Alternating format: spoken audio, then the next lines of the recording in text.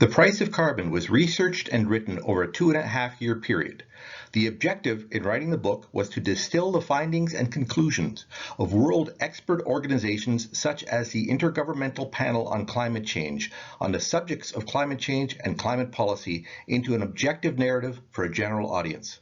I am Dave Maenz, the author of The Price of Carbon, and I would like to thank you for your interest in one of the more important issues of our time. This presentation provides an overview of the subject matter and conclusions of The Price of Carbon. By 1900, the disruptive innovations of the Industrial Revolution had evolved and spread among advanced economies around the world. Coal fueled the Industrial Revolution, and by 1900, global coal production had increased 370-fold. During the first half of the 20th century, energy demand and the rate of emissions of carbon dioxide and other greenhouse gases continued to increase, but any effect on climate was marginal. By mid-century, advances in agriculture had increased global food production capacity and facilitated the start of a population explosion that continues to this day. Increased population coincided with post-war economic booms in advanced economies around the world.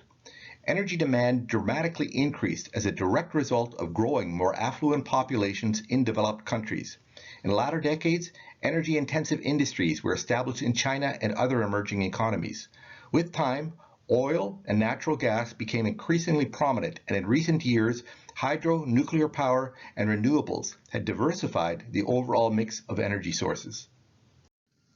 By 1957, scientists at the Scripps Institute of Oceanography concluded that, with continuously increasing rates of energy use, carbon dioxide emissions from fossil fuel combustion had the potential to accumulate in the atmosphere at sufficient concentrations to elevate surface temperatures.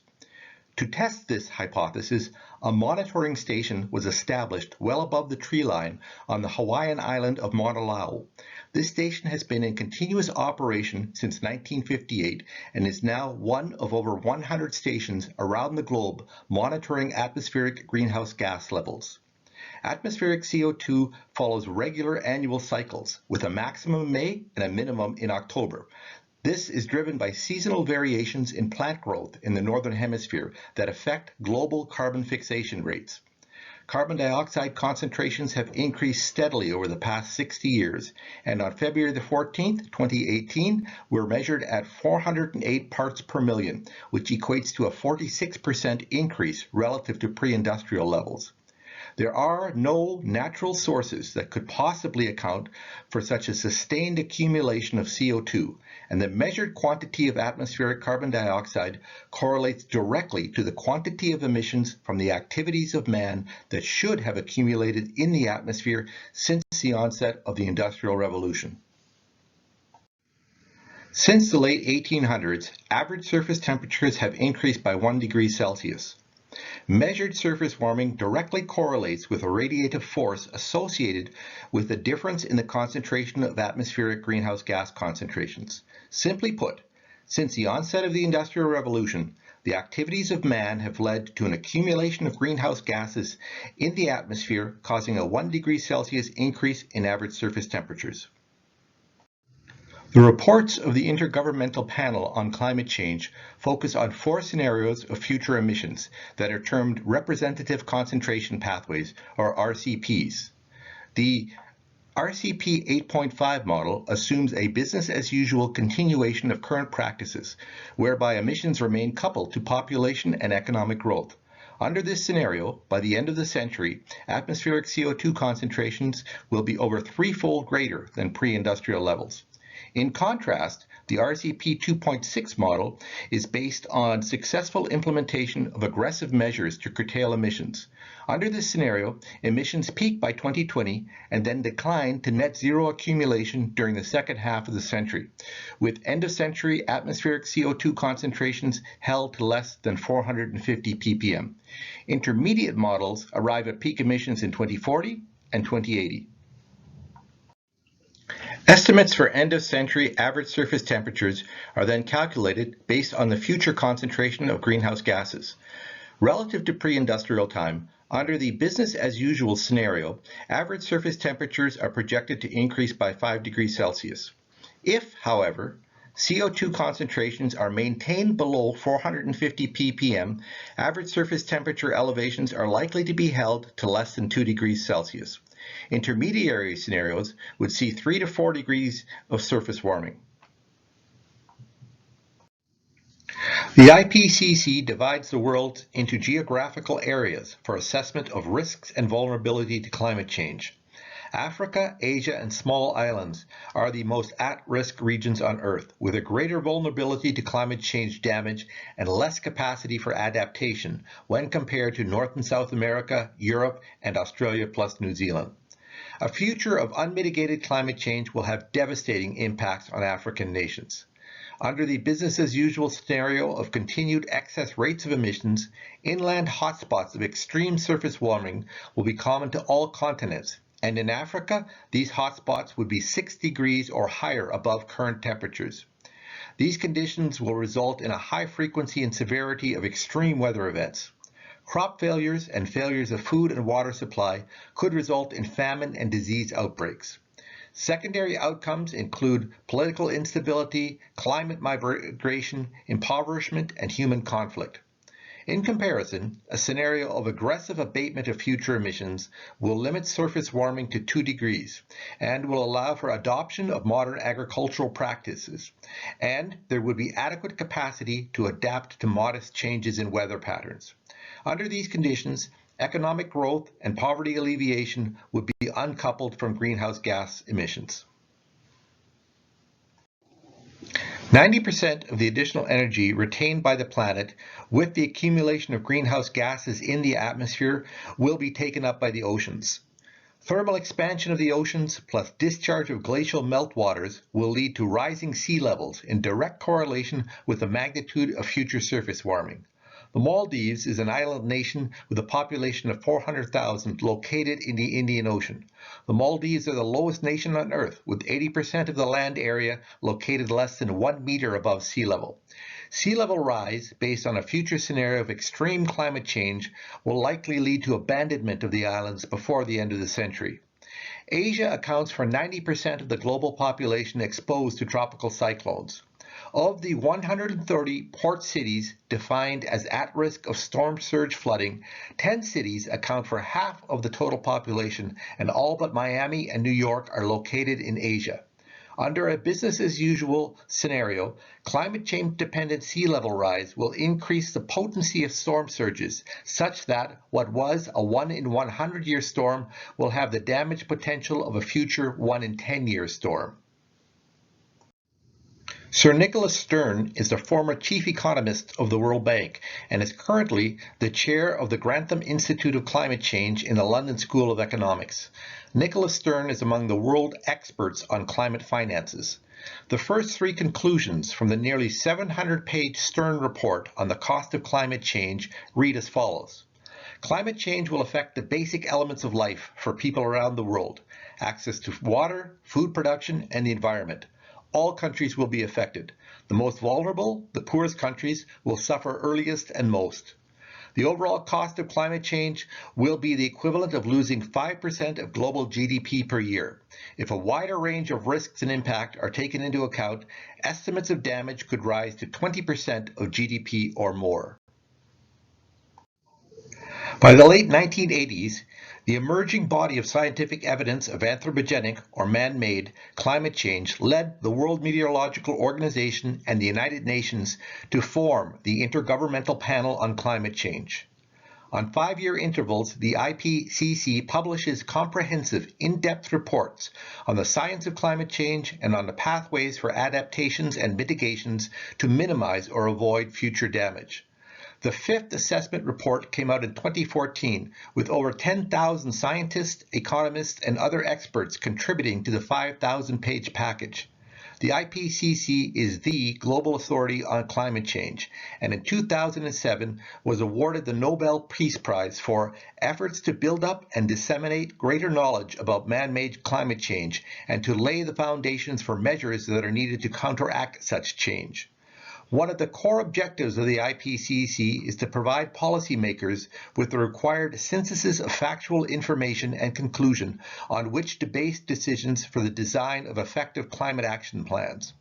After publication of the first IPCC report in 1990, the United Nations Framework Convention on Climate Change was negotiated, followed by universal ratification and enactment in 1994. The UNFCCC commits all nations to the goal of stabilization of greenhouse gas concentrations in the atmosphere at a level that would prevent dangerous anthropogenic interference with the climate system. Parties to the agreement were to meet on an annual basis to develop protocols and instruments designed to achieve the core objective. In 2005, the Kyoto Protocol came into effect as the first international climate policy instrument specifically designed to achieve targets to control future emissions. Universal agreement was not reached in that the US, China, India, and developing countries did not participate with binding emissions targets.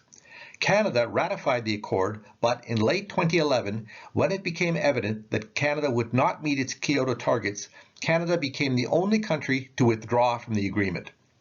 From 1990 to 2012, global emissions increased by 40%, and based on this outcome, the Kyoto Protocol could be called a failure. However, declaring the Kyoto Protocol to be an outright failure is overly simplistic. Countries that did participate with binding targets cut emissions by 13% and thus grossly exceeded the first reporting period target of a 5% reduction. The increase in global emissions was driven by China and other non-participant nations, with China accounting for 50% of this increase in emissions.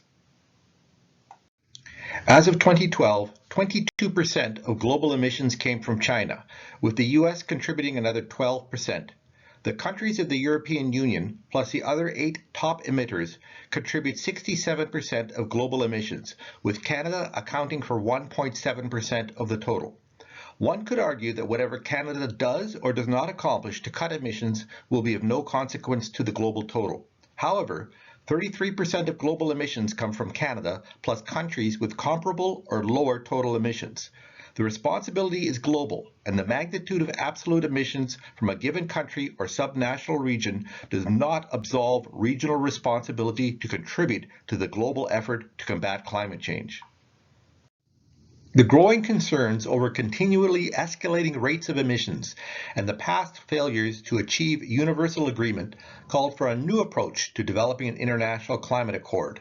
The 2015 Paris Agreement was designed to establish an agreed-upon limit to future surface warming, with countries developing their own targets and policies to combat climate change.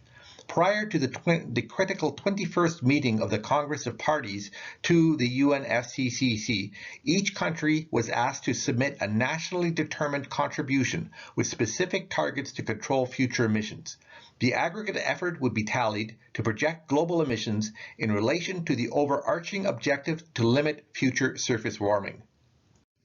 Article 2 is the centerpiece of the Paris Climate Agreement, and it reads, "Global average surface temperature increases should be held to well below 2 degrees Celsius above pre-industrial temperatures, and efforts shall be pursued to limit the temperature increase to 1.5 degrees.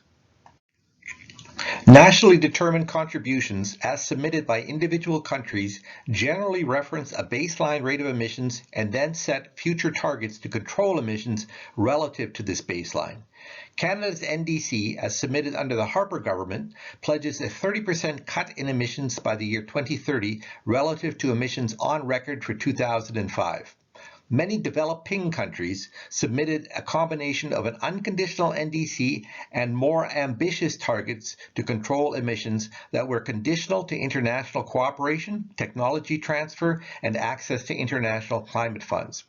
NDCs are not meant to be static documents and can be updated at any time, but must be updated within 5-year intervals, with the intent of progressively increasing the level of ambition to curtail future emissions. The IPCC and the International Energy Agency have determined budgets of remaining greenhouse gases that can be safely released to the atmosphere, such that end-of-century surface temperatures are aligned with the core objectives of the Paris Agreement. The most cost-effective pathway to achieve these objectives is for emissions to peak in the year 2020, followed by a decline in an orderly fashion, arriving at net zero emissions sometime around 2075.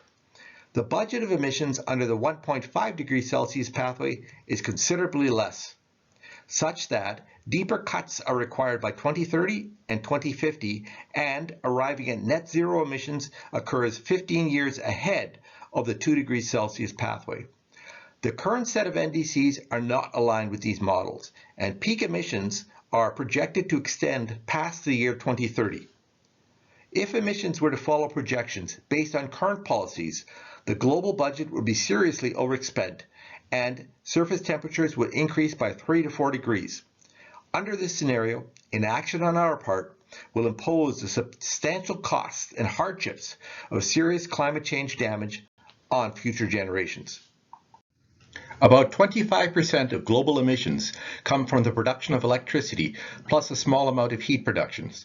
The industry and building sectors consume most of this electricity. Fossil fuel combustion and CO2 release account for the bulk of direct emissions from the industry, transportation, and buildings sectors. The integrated sectors of agriculture, forestry, and other land use account for 24% of global emissions. These emissions are divided equally between agriculture and forestry and other land use.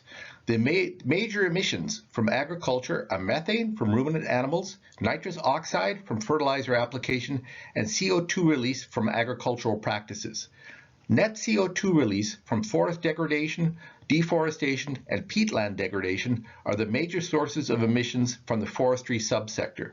Emissions classified as other energy mostly consist of methane and CO2 from oil and gas sector activities. This is an example of a climate change mitigation model from the IPCC that is designed to limit future surface warming to less than 2 degrees. In this model, carbon dioxide emissions are shown by economic sector and are separate from methane and nitrous oxide emissions.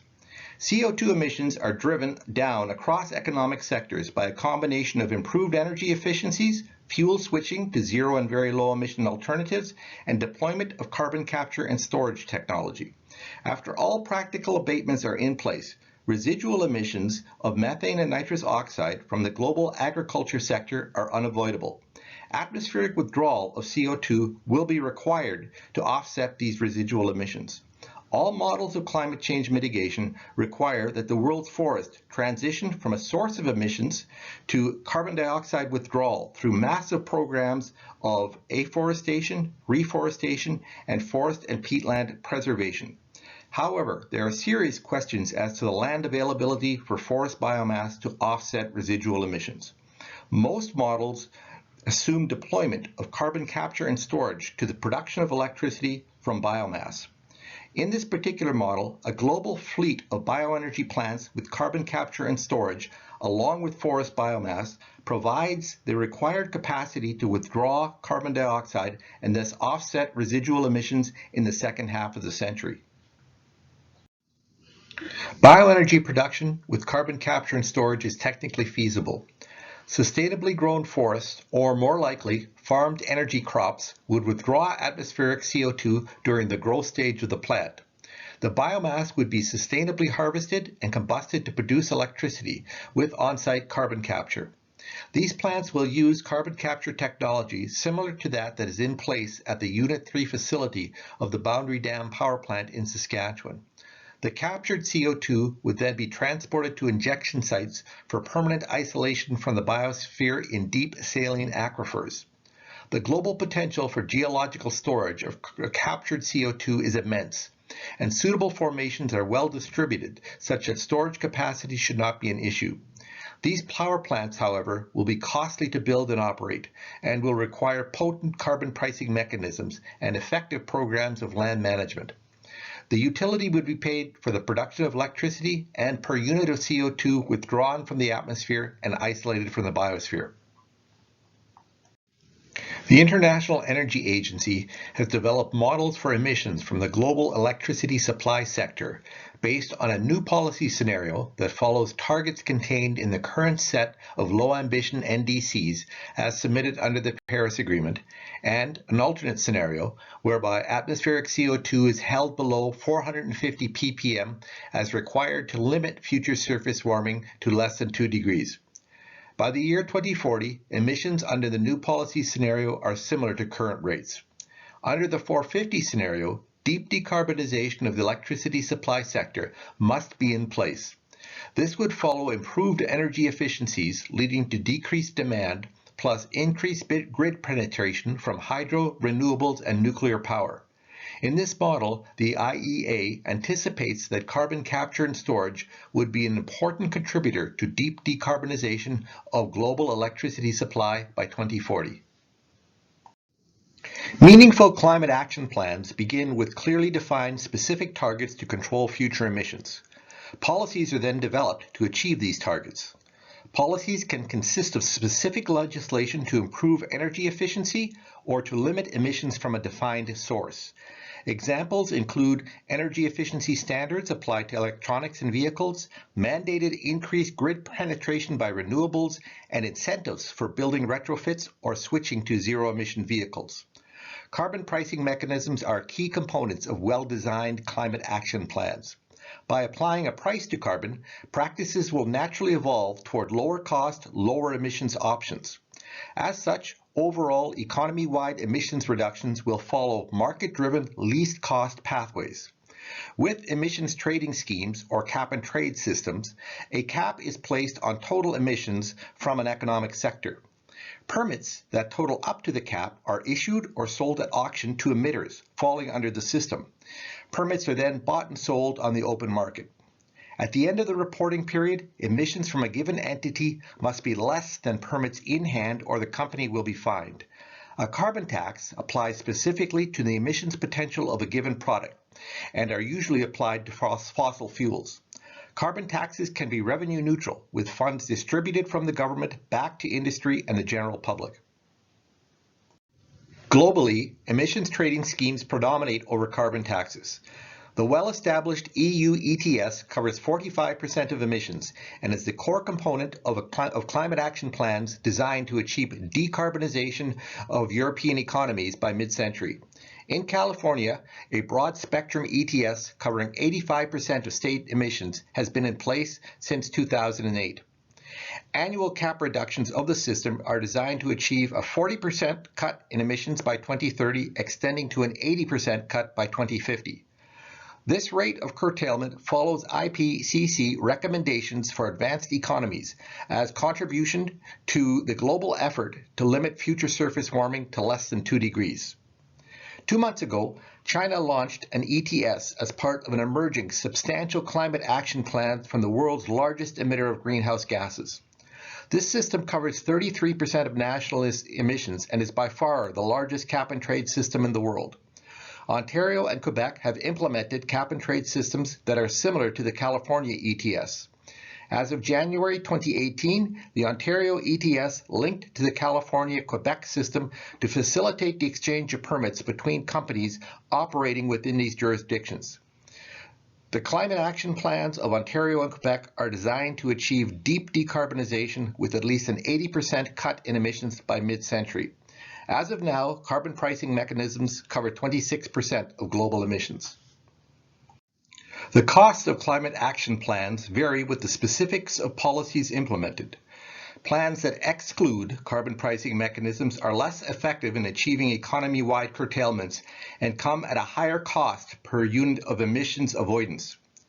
A study published by the Organization of Economic Cooperation and Development concluded that a global ETS covering 100% of emissions with unfettered access to available technologies could achieve the objectives of the Paris Agreement at a marginal cost of less than 0.3% of global GDP. An idealized universal carbon pricing mechanism is unlikely to evolve for the foreseeable future, and the IPCC estimates that a realistic mixture of effective climate action plans will come at a global cost of about 1 to 2% of GDP by the year 2050.